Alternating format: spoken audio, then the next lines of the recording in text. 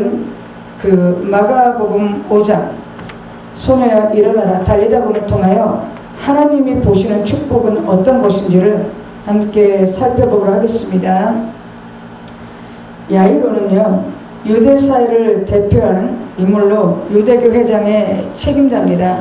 그가 서기관이나 바리새인이나 예수님을 대항했던 당시 유대교의 지도자 그룹에 속하는 사람이었지만요, 그는 종교적 사상과 교리를 뛰어넘어 자신의 12살 된 외동딸을 살리기 위해서 예수님께 나옵니다. 그것도 그냥 나온 게 아니고요, 예수님이 이방 지역을 순회 전도를 떠나신 걸 알고 예수님이 돌아오시기를 오랫동안 기다렸다가 예수님이 오신다는 얘기를 듣고 그곳에는 많은 군중들이 기다리고 있음에도 불구하고 자기의 종교적 사회적 지위와 상관없이 예수님 앞에 엎드려 자신의 딸을 살려달라고 간곡히 부탁하고 있습니다.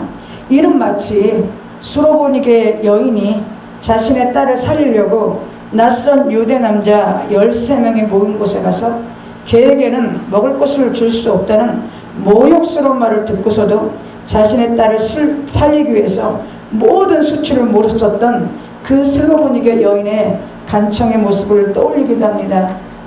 부모에게 자식은 이런 존재가 봅니다. 자식을 위해서라면 무릎을 꿇고서라도 엎드려서라도 모욕과 수치를 당한다 해도 자식을 위해서라면 자신의 모든 것을 다 바칠 수 있는 것이 부모의 심정이고 사랑인가 봅니다. 인간에게 닥친 시련은 예수님께 나가게 하고 새로운 삶의 기회를 제공합니다. 그것이 동서고금의 진리인가 봅니다. 고난과 절망, 시련은 우리를 하나님을 만나는 새로운 인생으로 인도합니다. 그래서 고난과 절망, 시련은 우리를 하나님께 인도하는 몽학 선생의 역할을 하는지도 모릅니다. 오늘 본문의 주인공인 회당장 야이로 역시 자신의 딸의 문제로 인해 시련을 당하지만 그로 인해서 그는 자신의 회당장의 신분과 권위를 내려놓고 예수님을 영접하게 되고요, 중간에 딸이 죽는 정말 절체절명의 위기를 맞이하지만 이를 극복하고 역사상 전무후무한 죽은 자가 살아나는 하늘의 은총을 체험하게 됩니다. 예수님을 적대시했던 유대교 지도자 가운데 한 사람이 자기에게 닥친 시련으로 인해 자신의 종교적, 사회적 장벽을 허물고 있는 것입니다. 그는 경각에 달린 자신의 딸의 목숨을 살리기 위해 예수님이 이방 순회 전도에서 돌아오시자 예수님을 만난 후에 딸을 살려달라고 바랍니다. 그러자 예수께서 야이로의 간청을 흔쾌히 수락하시자 야이로는 이제 딸이 살지도 모른다는 큰 안도를 하게 됩니다. 그러면서도 또 한편으로는 예수님이 병을 고친다고 하지만 혹시나 우리 딸은 못 고치면 어떡하지? 하는 초조감과 흥분, 조바심이 교차했을 것입니다. 그리고 빨리 어서 빨리 우리 딸이 있는 곳으로 예수님을 모시고 가야 된다고 자기 집으로 급히 향하고 있습니다. 예수님 역시 12살의 어린 나이에 생명이 경각에 달린 어린 소녀를 살리기 위해서 함께 발걸음을 재촉했을 거예요. 야이로의 딸, 성경은 그 소녀에 대해서 아무 말도 하지 않습니다. 그 소녀의 이름도, 그 소녀가 어떤 병에 걸린지도, 왜 아픈지, 어떻게 생명이 경각에 달린 건지 아무 말도 하지 않습니다. 다만 그녀의 나이가 12살이라는 거예요. 12살이면 이스라엘에서는요, 결혼 적령기에 접어드는 나이였는데 그녀는 지금 생명이 바람 앞에 등불처럼 위태로웠다는 겁니다. 그리고 그 소녀는 자신의 아버지가 자기를 살리려고 잠깐만요. 그 소녀는 지금 자기 아버지가 자기를 살리려고 예수라는 치유자를 애타게 기다리다가 만나서 같이 오고 있다는 것도 모른 채 위태로운 생명을 겨우 이어가고 있었습니다. 그런데요, 예수님과 함께 자신의 집을 향하던 회당장에게 심각한 장애가 생깁니다. 그것은요, 종교적으로 부정한 혈육증을 앓던 여인이 이 12회를 혈육증을 앓던 여인이 자기도 살아보려고 병에서 노임받아 보려고 회당장의 집으로 가시는 예수님의 길을 막고 그 부정한 혈류증 걸린 여인이 예수님의 길을 지체하므로 혈류증 걸린 여인은 병에서 나음을 얻어 새 생명을 얻게 되지만 야이로는 딸의 죽음을 듣는 비보를 듣게 됩니다. 당신의 딸이 죽었나이다. 당신의 딸이 죽었나이다. 선생을 더 괴롭게 마소서. 당신의 딸이 죽었다고요. 선생을 더 괴롭게 하지 말라니까요. 유대교 종교법상 피를 흘리는 것은 너무도 부정한 것이었기 때문에 공동체 안에서 공동체의 일원으로 살 수 없던 혈류증에 걸린 여인이 종교적 장벽과 교리적 편견, 사회적 편견을 뛰어넘어 살아보려고 자기의 모든 것을 던졌을 때 그 여인은 새 생명을 얻었지만 그 여인이 새 생명을 얻는 동안 회당장 야이로의 외동딸은 죽고 만 것입니다. 당신의 딸이 죽었나이다. 당신의 딸이 죽었나이다. 이 말은 당신의 딸은 더 이상 이 세상에 없다. 당신의 딸은 더 이상 이 세상에 사람이 아니라는 얘기입니다. 회당장 야이로가 할 수 있는 일이란 그토록 사랑했던 이 세상의 하나뿐이며 자신의 전부인 생명보다 귀한 딸이 죽음이 되어버린 자신의 집으로 되돌아가는 일만 남았을 뿐입니다. 인간의 죽음, 그것은 다른 이름은 절망입니다. 아무 희망도, 한 줄기 희망도, 한 줄기 빛도 찾을 수 없는 절망이며 내면의 어둠이며 삶의 고통의 절정입니다. 지금 야이로 앞에는요, 하늘에서 오신 분, 하나님의 아들, 그리고 자신의 딸을 살려줄 수 있다고 믿었던 분이 계시지만 아무리 예수님의 앞에 계신다 해도 이미 생명이 끊어진 자신의 딸을 어찌할 수 없다는 것이 야이로가 피해야 피할 수가 없는 현실이었고, 예수님을 만났는데도, 예수님이 지금 자기 집 문 앞에 다 왔는데도 그만 자신의 딸이 죽었다는 것은 두고두고 씻지 못할 아픔이 되었을 것입니다. 죽음이라는 것은 하늘에서 오신 분이 나와 함께 계셔도 어쩔 수 없는 것, 다시는 되돌릴 수 없는 것. 야이로가 딸을 잃고 이제부터 살아갈 소망이 있다면 그것은 예수님 앞에 사는 것이 아니라 자기가 훗날 생명이 다하여 천국으로 갔을 때 그곳에서 자기 딸을 만나는 것 외에는 아무 소망이 없었습니다. 야이로에게 딸의 죽음은 모든 것의 끝이고 끝이었어요. 되돌릴 수 있는 것은 아무것도 없어요. 그 앞에 예수님이 계신다고 해도 말입니다. 당신의 딸이 죽었나이다. 선생님을 더 괴롭히지 마세요 라는 절망의 한계는 예수님조차 죽음은 어쩔 수 없는 것이라는 것을 야이로가 깨달았을 거예요. 이때 예수님이 야이로에게 뜻밖의 두려워하지 말고 믿기만 하라는 기가 막힌 말씀을 하십니다. 예수님이 야이로에게 두려워 말고 믿기만 하라는 이 말씀을 하신 것으로 보아서는 야이로가 매우 두려워하고 절망했던 것 같습니다. 두려워하지 말고 믿기만 하라. 당신의 딸이 방금 죽었나이다. 두려워하지 말고 믿기만 하라니까. 당신 딸이 방금 죽었다니까요. 당신 딸은 죽었어요. 두려워하지 말고 믿기만 하라고. 야이로는 이 절망의 기로에서 예수님의 말씀을 받아들이기로 결정합니다. 왜냐하면 야이로는 조금 전에 외롭고 병들고 공동체에서 소외됐던 한 여인이 어떻게 그 여인의 고통과 절망의 문제가 해결됐는지를 목격했다는 겁니다. 이 여인은 자신의 필요에 따라 자신을 막는 한계와 장벽을 뚫고 결국 자신의 병에서 노임을 받고 예수님께 따라 내 믿음이 너를 구원했다는 말씀을 들은 것을 야이로도 지금 조금 전에 목격을 했다는 거죠. 혈류증에 걸린 여인은 야이로에게는 자신의 하나밖에 없는 딸을 살리는 데 심각한 해방자였지만 동시에 야이로에게 혈류증 걸린 여인의 믿음과 그녀가 어떻게 자신의 한계와 절망을 이기고 예수님께 나와 치유되고 새 생명을 얻었는지를 보게 되는 거울이었기 때문에 야이로는 이 여인처럼 다시 한번 절망을 이기고 예수님께 자신과 딸을 의탁할 믿음을 세우게 됩니다. 내게 손을 댄 자가 누구냐? 주여, 무리가 밀려들어 미나이다. 내게 손을 댄 자가 누구냐? 이는 내게서 능력이 나간 줄 알미로다. 여자가 떨며 나와 엎드리며 그 소된 이와 곧 나은 것을 모든 사람에서 말하니 따라 내 믿음이 너를 구원하였으니 평안히 가라. 당신의 딸이 죽었나이다. 선생님을 더 괴롭게 하지 마세요. 당신의 딸이 죽었나이다. 선생님을 더 괴롭게 하지 마세요. 두려워하지 말고 믿기만 하라. 그리하면 딸이 구원을 얻으리라. 두려워하지 말고 믿기만 하라. 딸이 구원을 얻으리라. 당신의 딸이 죽었다니까요. 당신의 딸이 죽었다고요. 두려워하지 말고 믿기만 하라. 그리하면 딸이 구원을 얻으리라. 야이로는 새롭게 마음을 갖습니다. 최악의 상황을 두려워하지 말고 최선의 것을 믿자. 혈루증 걸렸던 여인도 내가 보는 앞에서 치유되지 않았던가. 야이로는 당신의 딸이 죽었다는 말보다는 두려워하지 말고 믿기만 하자 라는 예수님의 말씀에 자기를 맡기고 새롭게 시작합니다. 믿음을 잃지 말자. 믿어보자. 소망을 가져보자. 두려워하지 말라. 저분한테 갈릴리에서 오신 저분을 믿어보자. 희망을 걸어보자고 말입니다.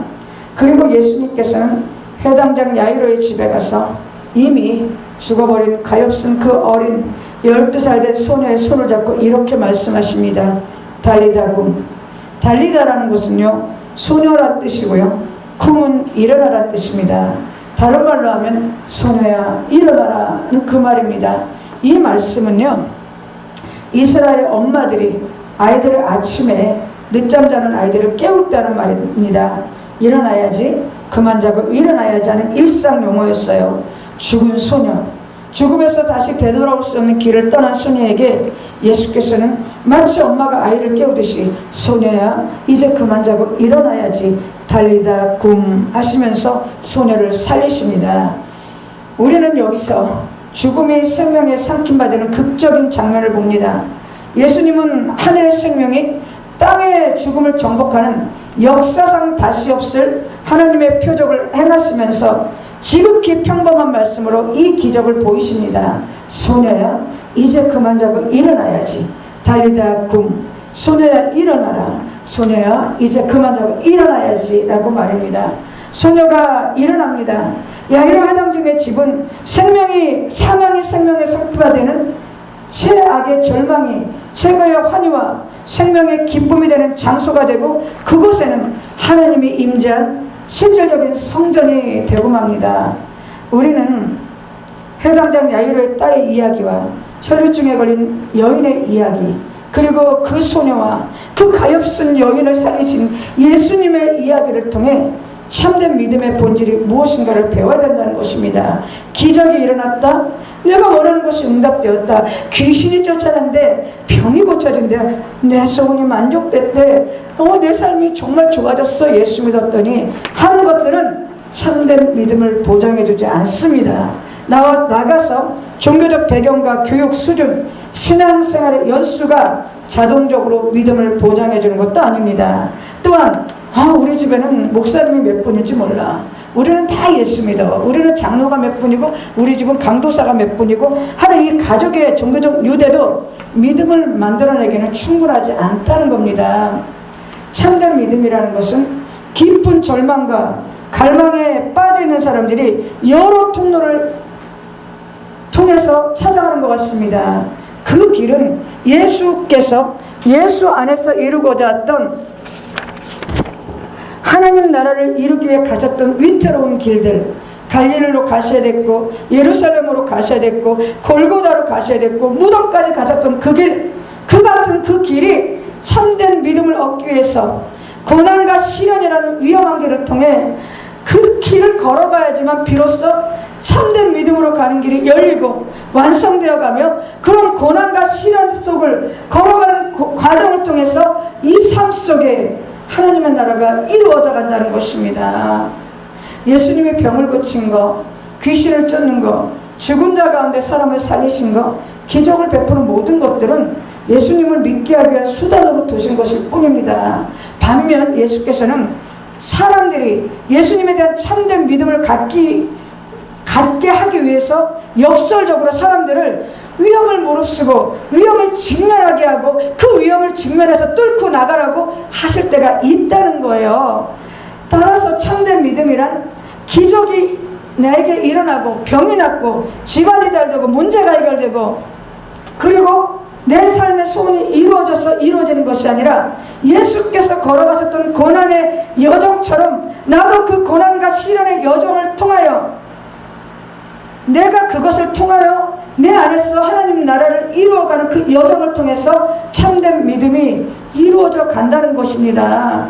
그 믿음의 길은요, 승리의 길로 자신 안에서 하나님 나라를 이루신 예수님처럼 위험을 무릅쓰고 예수님과 함께 날마다 죽고 다시 사는 겸손한 길입니다. 그런 마음으로 믿음을 세우고 헌신한 사람 안에서 하나님 나라가 세워지고 그가 머문 그곳이 교회가 되는 것입니다. 병이 낫고 기적이 이루어지는 그런 신앙도 좋지만은 그런 신앙으로는 하나님 나라가 견고하게 세워지거나 그런 신앙으로는 아무래도 교회가 세워지는 것은 쉽지 않다는 거죠. 그리고 믿음의 여정은 오늘 사는 내가 예수께서 걸어가셨던 매우 위험하고 위태로웠던 그 길에 대해서 나도 그 순종의 길을 걸어가야 된다는 것입니다. 우리는 마지막 6월절 예루살렘으로 가셨던 예수, 그리고 겟세마네 동산에 가서 기도하셨던 예수, 그리고 십자가에 가셨던 예수, 그리고 무덤에 가셨던 예수의 발자취를 따름으로 그 고난과 시련의 길을 걸음으로 우리는 그 믿음의 여정을 통과할 수 있고 그 길을 통해서 참된 믿음의 본질을 알게 되고 승리자의 길을 걸어갈 수 있습니다. 하나님은 우리에게 진정한 믿음이 무엇인가를, 그리고 진정한 축복이 어떤 것인가를 알게 하기 위해서 당신이 사랑하는 자들을 예수께서 걸어가셨던 갈릴리와 같은 길, 그리고 예수께서 걸어가셨던 유월절, 그리고 최후의 기도를 하신 겟세마네 같은 곳, 그리고 예수님의 십자가와 같은 곳, 그리고 무덤과 같은 그 모든 위험했던 그 길로 우리를 인도해 가신다는 겁니다. 그리고 우리는 이제 우리 인생을 예수님께 맡기고 그 위태롭고 모든 위험을 무릅쓰고 가야 되는 그 길을 가야 되고, 그 길에 갈 때 예수께서 걸어왔던 모든 여정을 함께 걸어가서 내 안에서 하나님의 나라를 이루는 참된 믿음을 가지고 승리하게 된다는 것입니다. 이것이 참된 믿음의 본질이고, 하나님은 하나님이 사랑하는 모든 사람에게 이렇게 참된 믿음의 본질과 축복을 알게 해주시기 위해서 예수님의 나 안에서 이루어졌던 하나님의 나라가 그 사람의 삶 속에 이루어지기 위해서 위험한 길을 가게 합니다. 그 길은요, 혈루증 여인에게는요 12년의 피를 하혈했던 세월이었고요, 그 길은요 야이로에게는요 12살 먹은 외동딸이 죽어야 되는 길이었고요, 우리 권사님에게는 20년 넘는 고난의 길이었고 저에게는 18년이 넘는 고난의 길이었다는 거죠. 이 길은 위험한 길이지만 참된 믿음의 길이고 승리하는 길입니다. 내 안에 하나님의 나라가 이루어지고 세워지는 길이죠. 당장 병이 낫기를 원하십니까? 잠깐만요. 이렇게 빨리 했나요? 당장 병이 낫길 바라십니까? 하나님은 그렇게 안 하십니다. 병을 매개로 해서 하나님은 예수께서 가셨던 위험한 길로 우리를 인도하시고 참된 믿음으로 이끌어 가실 겁니다. 가난하니 기도해서 부자가 되시고 싶습니까? 하나님은 그렇게 안 하십니다.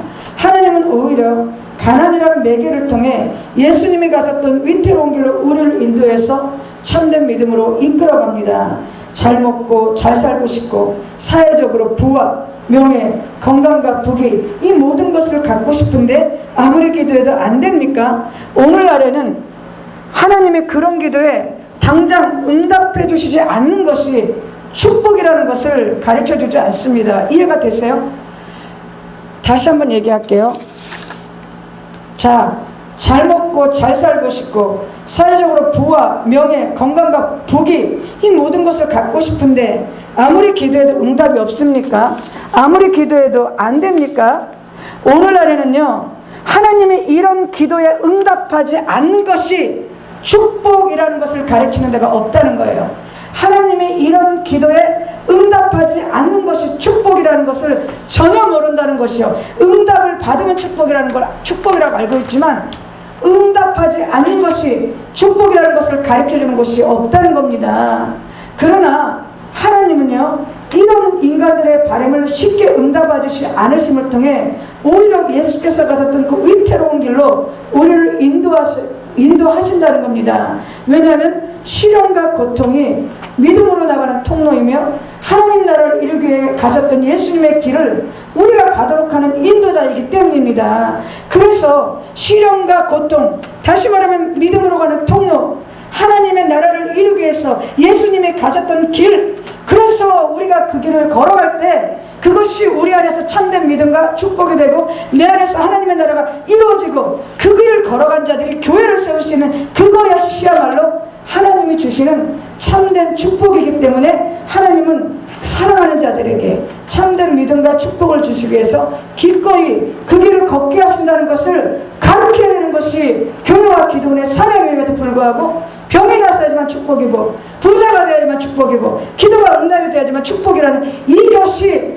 예수께서 하나님이 나한테 그때 말했던 두 번째 축복에 임했다 라는 것의 역설적인 반전이라는 것입니다. 하나님의 참된 복, 하나님의 참된 믿음을 얻기 위해서 하나님은 돈을 주고 병을 고쳐주고 귀신을 쫓아주고 부귀를 주고 명예를 주고 일을 잘 풀리게 해주기보다는 고난이라는 시련을 통해서 예수님이 가셨던 예루살렘으로 겟세마네로 십자가로 그리고 무덤으로 우리를 인도하 가십니다. 그것은 아주 위태로운 길이고 아주 고난스럽고 시련스럽고 절망스러운 길입니다. 그러나 거기는 생명의 길이기 때문에 거기는 참된 하나님의 축복의 길이기 때문에 하나님은 우리를 진정 사랑하신다면 그 길로 이끌어 가십니다. 그리고 그곳에서 하나님의 나라가 이루어지고 나는 그것을 통과한 나는 진정 참된 믿음과 하나님을 아는 지식으로 하나님 나라를 내 안에서 그리고 교회 안에서 이 세상에서 세워갑니다.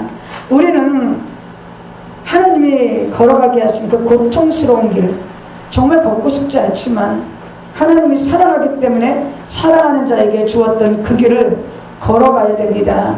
그것이 바로 내가 살 길이고 나의 축복된 길이고 나의 참된 믿음이 세워져 가는 길이고 동시에 그 길을 걸어야지만 내 안에서 하나님의 나라가 세워지고 내 안에서 예수 그리스도의 삶이 현실화되기 때문입니다. 우리는 하나님에 의해서 그 길로 가게 될 것입니다. 그리고 또 우리는 울더라도 그 길을 가야 됩니다. 왜냐하면 그것이 살 길이고 그 길을 갔던 혈육중 여인은 눈물을 흘리며 그 길을 갔지만 다시 살았고 그 길을 걸어가야 됐던 야이로는 딸이 죽는 절망 앞에서 다시 사는 생명을 얻은 것처럼 우리도 그 눈물 어린 길을 갈 때 참된 믿음과 참된 축복 그리고 하나님을 알고 하나님과 동행하며 하나님 나라를 이루어가는 삶의 축복을 하나님으로부터 받게 될 것입니다. 이 믿음의 길을 꼭 걸어가시기를 소망드립니다. 여기서 말씀을 마치겠습니다.